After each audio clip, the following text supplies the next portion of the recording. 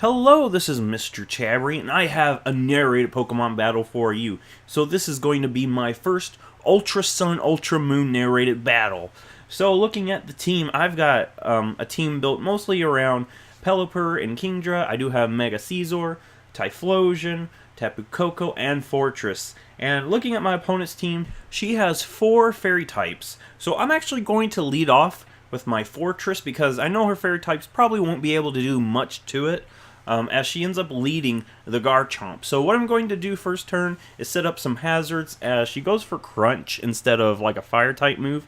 I was actually expecting her to set up some of her own hazards like Stealth Rocks, but since she's going for Crunch, that makes me think maybe she doesn't have a fire type move. Maybe this isn't a Garchomp meant to set up hazards. And she goes for Crunch again, so that tells me, yeah, it probably isn't a hazard setting Garchomp. So I'm going to go ahead and get my Toxic Spikes up. That way I can put some more pressure on my opponent's team. And now I'm going to actually swap out because I want to start putting a little bit more pressure on my opponent's team. So I'm going to bring in Pelipper. And Pelipper can set up the rain, plus Kingdra would be really nice. Kingdra can nuke a lot of things on her team. I still have to keep in mind that she does have some water fairy types. But right now, Pelipper is going to take a nasty defense drop from that Crunch. So that's very unfortunate. And she's going to get another defense drop.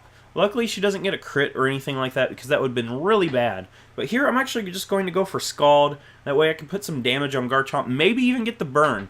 Unfortunately, I don't get the burn. And I'm going to actually swap out because Pelipper is a very important Pokemon because, of course, Kingdra's here. I need to have the rain for Kingdra or else it's not going to be that useful. And I'm going to go into Tapu Koko.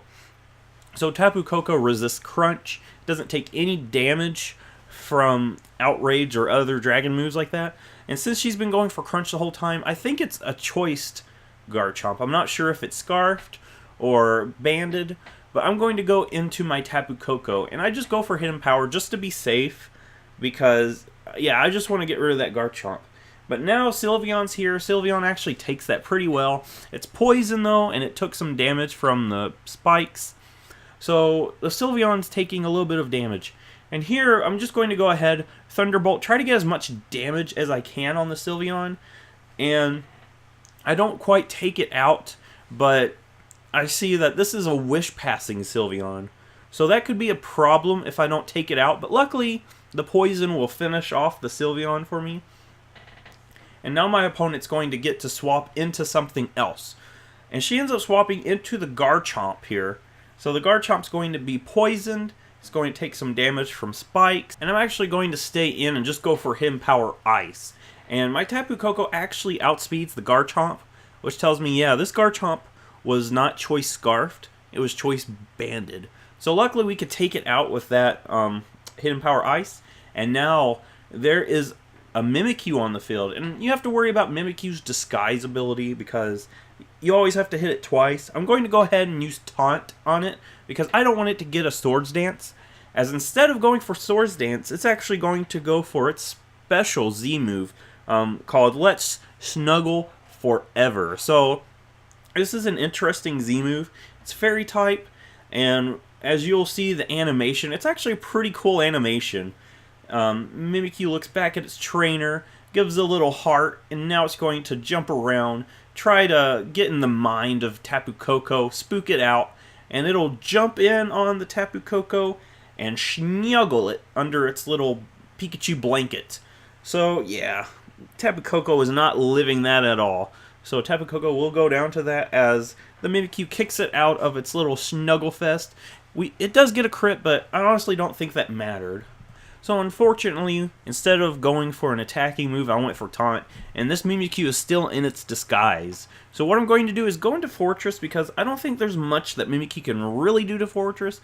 Of course, it does have Shadow Claw, and that will do some damage, but Fortress is a defensive wall, and it actually takes that very nicely. So I can get a nice Volt Switch, break its disguise, and bring in something else that would threaten this Mimikyu.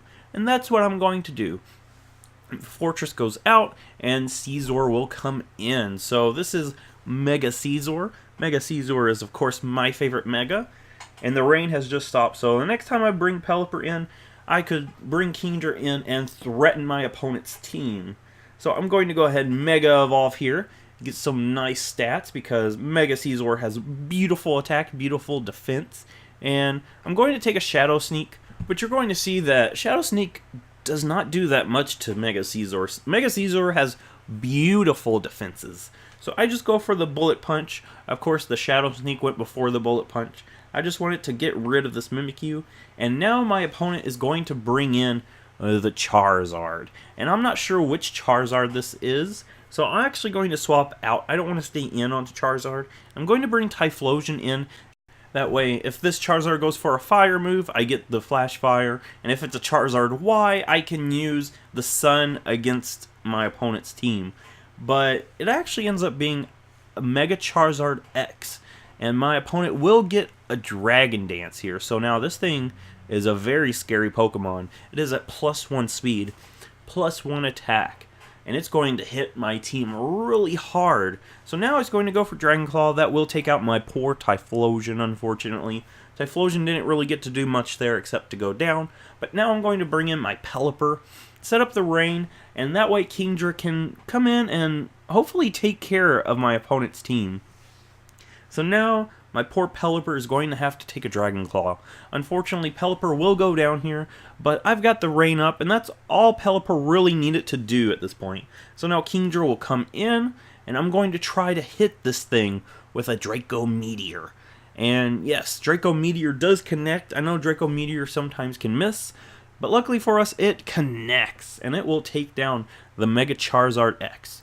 Unfortunately, my opponent's other Pokemon are Fairy types, so yeah, that's not really going to be good for my Kingdra that's locked into Draco Meteor. But, I mean, these Pokemon are also Water types, and Kingdra has trouble with Water types naturally.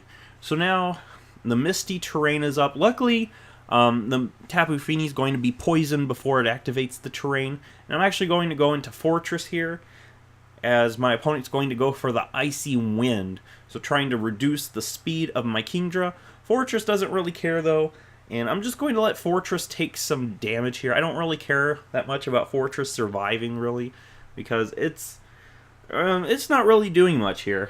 So I'm going to go ahead, take a Scald from this Tapu Fini. Of course, we're in the Misty Terrain, so it's not going to burn me, but I just go for Toxic Spikes because I actually thought Fortress would go down there.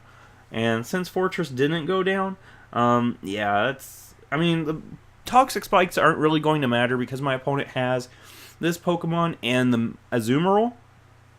And I was actually expecting Fortress to go down, so that way I can bring Kingdra back in, go for Hidden Power Electric.